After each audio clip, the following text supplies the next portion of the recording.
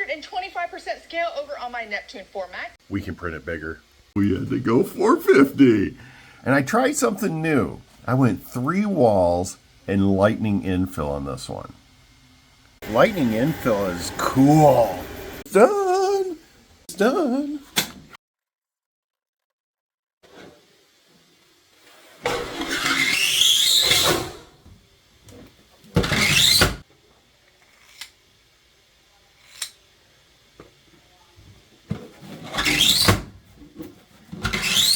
Mine was printed out of Dud V2 Oops.